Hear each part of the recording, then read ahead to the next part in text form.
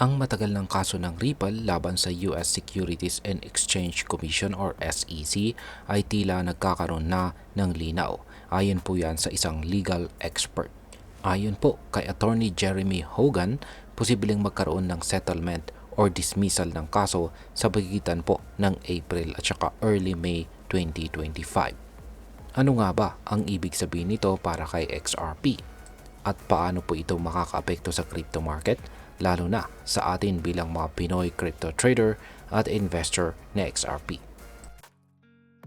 Bago po tayo magpatuloy, ay nais ko lamang po munang bigyang linaw ang aking disclaimer kung saan ang nilalaman po ng video na ito ay hindi po ito isang financial advice. For education and information purposes lamang po ang layunin nito. Bakit posibleng matapos na ang XRP lawsuit?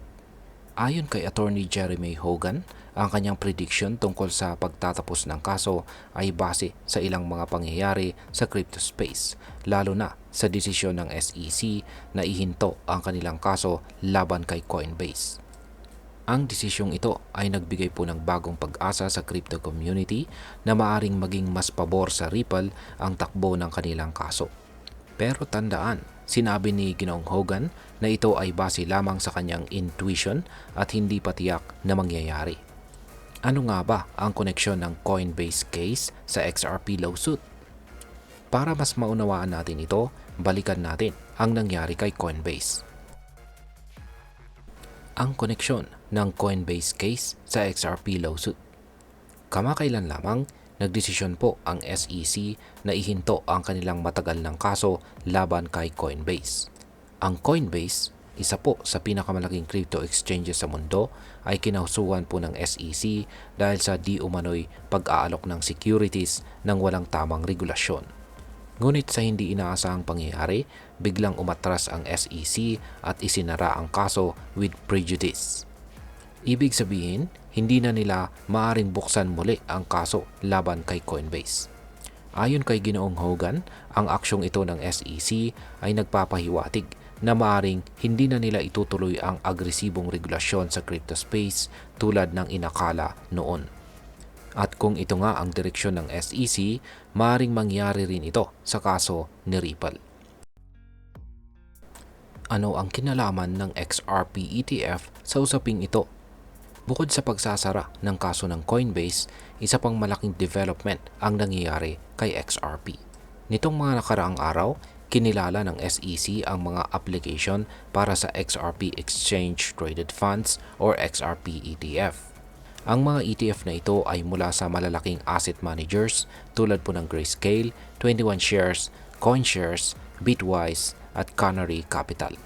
Ibig sabihin, kahit hindi pa aprobado ang mga ito, tila mas open na ang SEC sa posibilidad na pag-regulate kay XRP sa mga traditional na paraan. Dahil dito, maraming analyst ang naniniwala na maaaring tapusin na ng SEC ang kaso laban kay Ripple bago pa man nila aprubahan ang isang XRP ETF. At ang tanong ay bakit? Ito po ay dahil magiging awkward para sa SEC na sabay na mag-approve ng isang XRP ETF habang sinasabi nilang security si XRP sa kasalukuyang kaso.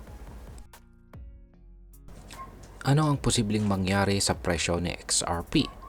Kung matutuloy ang dismissal ng kaso, inaasahang tataas ang presyo ni XRP. Noong nakaraan, tuwing may positibong balita tungkol sa kaso ni Ripple, biglang tumataas ang halaga ni XRP.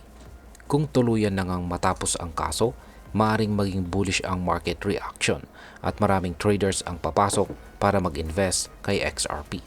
Subalit, mahalagang tandaan na ang crypto market ay volatile. Hindi garantisadong lilipad ang presyo ni XRP kahit na manalo ang Ripple sa kaso. Marami pa ring ibang mga bagay na maaaring makaapekto dito tulad ng overall market sentiment at ang mga regulasyong ipapatupad sa hinaharap. At ngayon ay ano po ang maaaring maging epekto nito para sa atin bilang mga Pinoy crypto traders at investors ni XRP. Para sa atin na may holdings or nag-hold kay XRP o nagbabalak na mag-invest dito, ito po ay isang malaking balita. Kung matapos po ang kaso at maging pabor kay Ripple ang desisyon, maring tumaas ang presyo ni XRP na magbibigay po ng magandang kita para sa mga long-term investors. Bukod pa rito, kung magiging mas crypto-friendly ang regulasyon sa Amerika, maring magkaroon po ng positibong epekto sa buong global crypto market, kasama na ang Pilipinas. Gayunpaman, dapat pa rin po tayong maging maingat. Kahit na mukhang pabor kay Ripple ang sitwasyon, hindi pa tiyak ang magiging final verdict. Kaya laging siguraduhin na may sapat kang kaalaman bago pumasok sa anumang investment. At bilang panghuli ay ano naman ang aking masasabi tungkol dito? Sa ngayon, mukhang may positibong senyales na maaring matapos na ang kaso ni XRP laban sa SEC sa mga darating na buwan. Kung magkatotoo ang prediksyon ni Attorney Hogan, ito ay maaring maging isang game changer para kay Ripple at sa buong crypto industry. Ngunit tulad ng anumang investment, mahalaga ang DYOR or do your own research. Huwag pong basta-basta magpapadala sa hype at iyakin na alam mo ang risk bago pumasok sa anumang crypto investments. At hanggang dito na lamang po tayo sa video na ito mga ka-crypto. Sana po ay inyong nagustuhan ang aking paliwanag sa video na ito. Kung inyo po itong nagustuhan, pakiclick lamang po ang like button nito. Para naman po sa mga bago lamang dito, kayo po ay aking inaanyayahan para mag-subscribe. Pakiclick na rin po ang bell icon nito dahil ito po ang siyang magsisilbing notification nito sa mga bago kong videos na aking pong ina-upload sa aking YouTube channel na ito. Marami pong salamat sa panonood, ingat po tayo lagi at God bless po sa ating lahat.